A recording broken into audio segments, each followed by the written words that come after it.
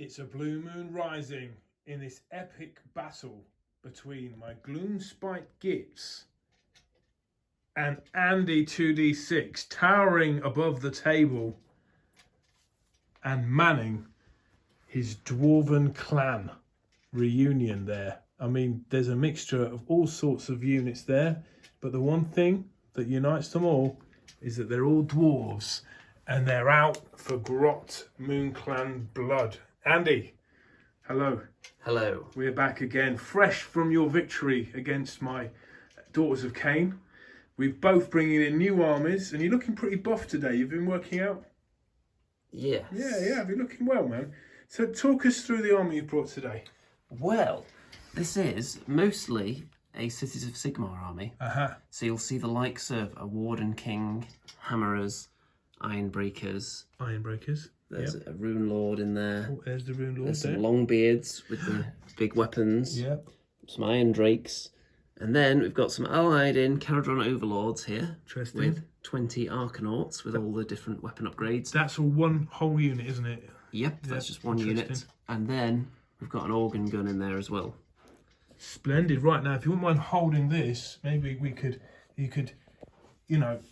show how amazingly painted my Gloomspite Gitz are. I've got many more at home, but we had a 1,265 point limit.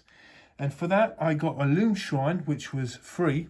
And this can bring back units of Squigs, because they're battle line, for me, if it's been destroyed. And they also give a bravery buff within 12 inch. So what have we here? We have a Gobblerpalooza, which is a unit of 5 Moon Clan Grot wizards. And they all have different abilities. So very weak on their own, but perhaps as a unit, they can do some damage. Behind them, we've got 5 Boingrot Bounders, another 5 Boingrot Bounders, which are the elite cavalry for Squigs. My Loon Boss on a Mangler Squig here. He's my general, and he's going to kick some butt, dwarven butt. Next to them, we've got 10 basic Squig Hoppers. And next to them, we've got 10 Squigs with 2 handlers here, and a Squig Boss on a giant cave Squig. That's my army. I've brought an endless spell, and this looks like it's going to be a lot of fun. We've got the exploding mushroom. Can't remember its name, but it's a bit like an atomic bomb. The scenario is Apex Predators here, which means that only heroes are going to be able to activate the objectives. And I think we've only got 2 heroes each. And mine aren't the fastest.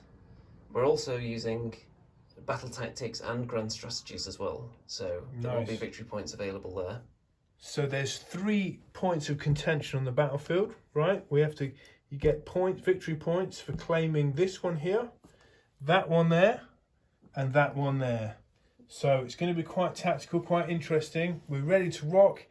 Andy finished deploying first, so do we roll off or do you get to call? Yes.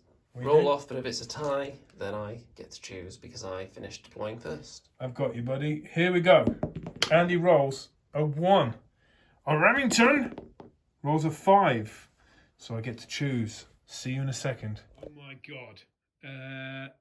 There's Andy's face. That tells you quite a lot. I decided, I won the roll to go, and I decided Andy should go first for once in a while. So he moved these guys up to this, what do you call it? Objective, and he won a victory point because his battle tactic was to run up with them and keep them within 3 inches of each other. Did that. He put his hammerers up forward. He shot with his organ gun and killed 2 of these Squig Hoppers. And then that was kind of it. He put his Warden King in the middle. Then it was my turn. I decided to get that Mangler Squig right in the thick of things. Went right for his Warden King. I had some abilities through the Gloomspite Gitz. These guys here, the Gobblerpalooza, they gave some abilities out, which was re-rolling hits and re-rolling 1s to wound.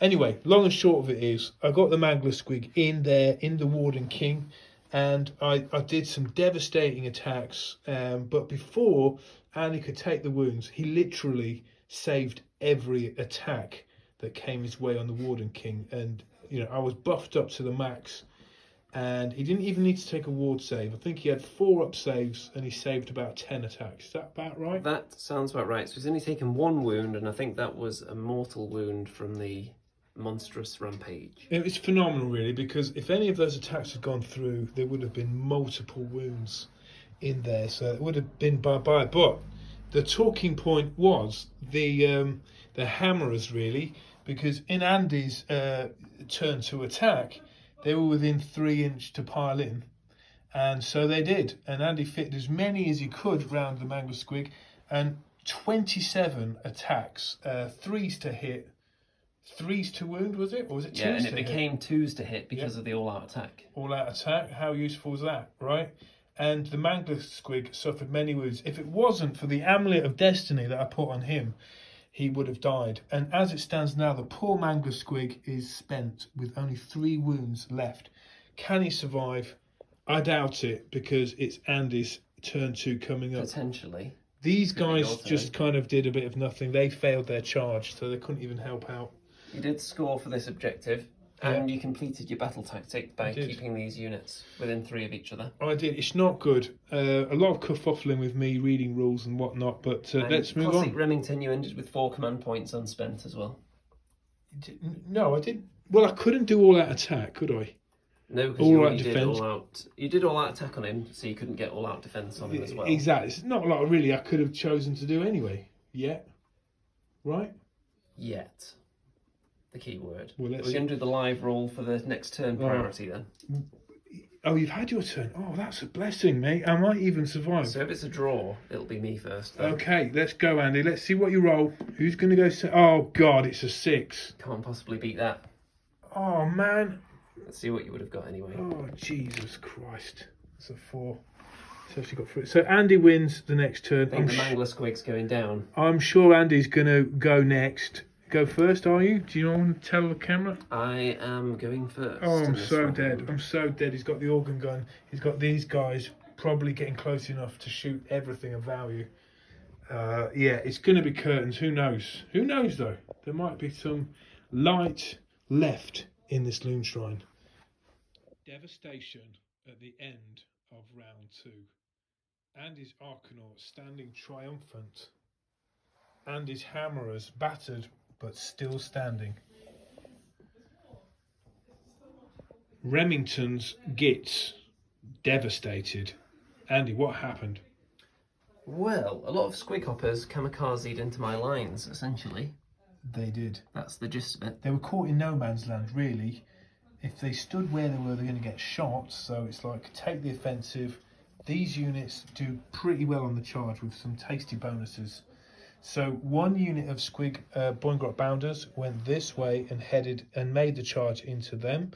They didn't quite roll far enough to get into the Hammerers, but this unit did and engaged them.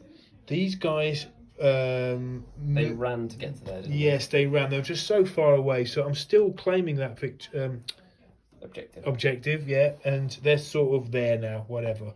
The light of the bad moon passed over the table. I rolled a 6, so it went past my units and into Andy's quadrant, and I was able to choose a unit and deal D3 mortal wounds, and so I killed 2 crew members from this organ gun. So I've diminished it, but it's still up and running.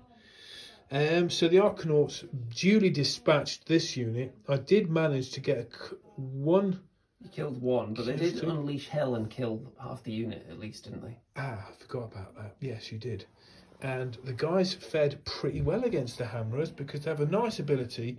When the Squig Boingrot Bounders charge in, I can, on a 4-up with each model left, each of my models can deal a mortal wound on a 4-up when they've charged. So that killed 2 Hammerers. Then I killed a bunch more, but really not enough. Andy hit back, killing 3 of them guys. So I've got 1 left still standing. And I only got like a couple of victory points there, didn't I? You only got 1 for holding this objective. You didn't do your battle tactic because for some reason you chose to try and get 2 units wholly within my territory. That was a bit weird. That was done. But the only other battle tactics I could have done was to claim 2 objectives. I'm just getting tired of saying that. Or killing his general. And I was scared of him, so I didn't do that. Silly me. But one of my units has been wholly destroyed there. And because my battle line is SQUIGS, on a 4-up of this dice, I can bring back half the unit. Let's see if I do it. Loon Shrine, shine down on me. Fortunately, it's a blue moon, and it doesn't happen. That's the end of round 2. Should we roll for round 3? Let's do it. Let's do it. It's disappointing. Disappointing from the Gitz. Andy rolls a 4. Remington rolls, what else? A 1.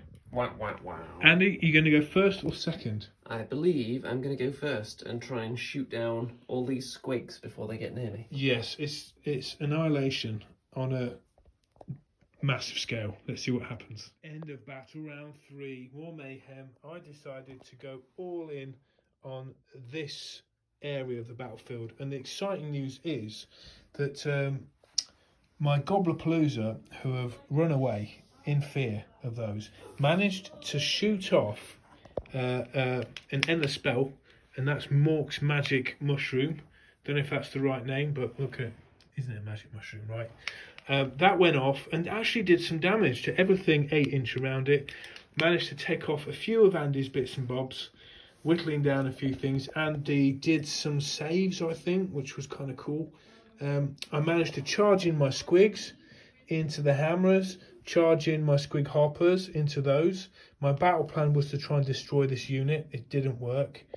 And my leader there kind of fluffed nearly all of his attacks, but he went there. Andy did some damage, and the rest of this lot retreated, embarrassingly, leaving only 1. Andy, any thoughts? Well, once your stuff gets into combat, my units are starting to die, but it's just a question of whether you've got enough time to claw back the victory point difference, isn't it? Now, you did a shooting thing there. What was it? Unleashed Hell with the Iron Drakes. They didn't do that much, though, did they? No, not too much. I'm running thin on command points right now, and we're about to get those replenished, though. Yeah, now, my second Boingrot Bounties unit was finally destroyed over there, so that means it's the end of my turn. I can see if the Loon Shine brings them back on a 4-up. This is the second time I've tried this, and I fell again with a 1. Wow. So see if we can roll another 1 for the priority roll for round 4 then. And why ever not? Let's do that. Been pretty unlucky with my rolls. 6 again. Andy rolls a 6 again. This is what I'm up against, guys. And I roll a 5, which is useless. So Andy, are you going to go first in this battle round 4? I am going to go first again. What's your mission?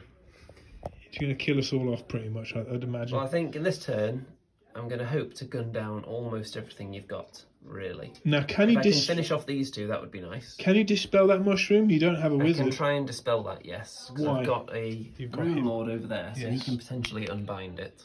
Should we try that now? Or do you want to keep it up and running? I will have a look to make sure that he can actually do that from where he is first. Ooh, if not, then come the shooting phase next round. Could be more carnage. Here we go. I'm calling the game right there. This was battle round 4. More killing going on. I think the Endless Spell nearly killed as much as we did in the middle there. The Endless Spell was awesome. I just kept it there. Andy didn't want to dispel it. I don't know if he even could, but it ended up decimating the Iron Drakes there. Andy then also rolled on his other remaining units, and they pretty much all survived. Rolled on mine, and a few of mine died. All these guys were killed here. I got the hammerers down to one model left, and I did finally take 1 unit away from Andy, and that was those old grumbling Longbeards. This guy fluffed all his attacks. He was rubbish, but in the end, the Fang-filled Gobs did something. So, yeah, I'm calling it there, but what my grand strategy, Angie, which I'm going to reveal to you for the first time, was to keep at least 1 wizard alive. Well, mine was to kill all your heroes. So you get your grand strategy. Yep. So that will give you some bonus victory points there. So we'll just add that to your total. Saving some face there with a total of 9. Yep. And yeah, I mean, I might get another point. Yeah, I've already added that on. Yeah, well, I got 9. Andy's got a devastating 17. And we did stop doing battle tactics for the final turn because we were running out of time as well. Yeah, yeah. I learned a lot. Really enjoyed the Gitz. I think I could get a lot faster with them than I could with using the Daughters You of did Cain. do the Remington special as well, which is to bring a unit where every single model in it has totally different rules. Sucks. Yes, this is true. That would be these guys. But we did pick 1,250 points, which was an odd number. It was difficult to fit what we wanted in there. So let's see. Next time we could up the points tally. Maybe Andy wants to count with his dwarves or try something else. Spoiler alert, I probably won't continue with the dwarves because it's annoying moving that many models around. Which is, I think I've said that about Age of Sigmar since the start. I like playing the low model count armies. Yeah. Could you have a ship though for these guys instead? For the counter overlords, they'll be fine because they'll be in ships, and the ones that aren't in ships are often pretty static doing their shooting, so it'll be fine for them. But I don't think I'd want to play a full dispossessed army. Yeah. I felt like I got absolutely battered, but by the end of it, I mean, you know, you never know. What do you think I could have done better, Andy, there? Well, I mean, once you got into combat, you did actually start doing some serious murdering. Yeah. I think your main issue was that the scenario required leaders. Yeah. And yours was killed immediately. I probably should have kept him alive, but I did go for broke and try and kill your leader. But you did roll some amazing saving throws. If you killed my leader, then in turn 1, it could have been a different story in terms of the victory point accumulation as it went on. Yeah. Because I would have had to bring the Rune Lord down to then claim this objective in the middle. True. So it would have been a much closer game in the victory points if you'd managed to kill off my king immediately. No, I did call the game 1 round early. If we'd have had another round, I can see you probably taking him off the board. He would probably get shot off the board, yes. He's only got 2 wounds left, I believe. But the mushroom would still be alive. It might whittle down some more there. But your dwarven bravery has done you proud, as well as your, you know, the Andy special saving throw, which just seems to save your ass every game. You didn't really put a dent in this whole side of the army, did you? Weren't really interested in them, to be honest, because I was scared of the Ironbreakers, because I don't know why. Are they that good in combat? The Hammerers? Not that amazing, really. No, the Hammerers seem to do much better. But look, these guys live to fight another day. It was a lot of fun. But there you go. As usual, I dithered around at the start for ages, but we sort of got into the swing of it at the end. So there you go. Happy days. Goodbye and good night. Victory face from Andy. Loser face from me. And we'll say goodbye.